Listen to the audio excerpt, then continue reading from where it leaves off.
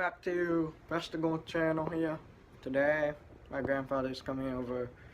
He and me are just gonna hang out, probably shoot some hoops, and plus I'm going out to dinner tonight, so, and I will record a little bit at dinner, but not that much probably, and I'll have a good start to my. And I'm back. I feel amazing right now because I just drove my grandfather's new Chevy Corvette he got, and it's pretty fast, but I didn't go over the speed limit, and I didn't go the speed limit. I went under the speed limit because it's fast,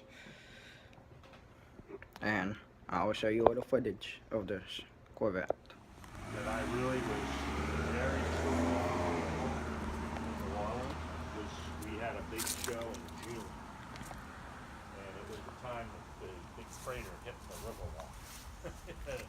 And I watched it because my hotel was right behind the Riverwalk, and I happened to be looking out the window, getting ready to go to work, and I heard, If you liked my grandfather's Chevy Corvette, give the video a thumbs up, and big shout out to my grandfather for letting me drive his 2014 Chevy Corvette, and it was fun. And I'm signing off, and peace out, and see you next time, and subscribe to the channel please.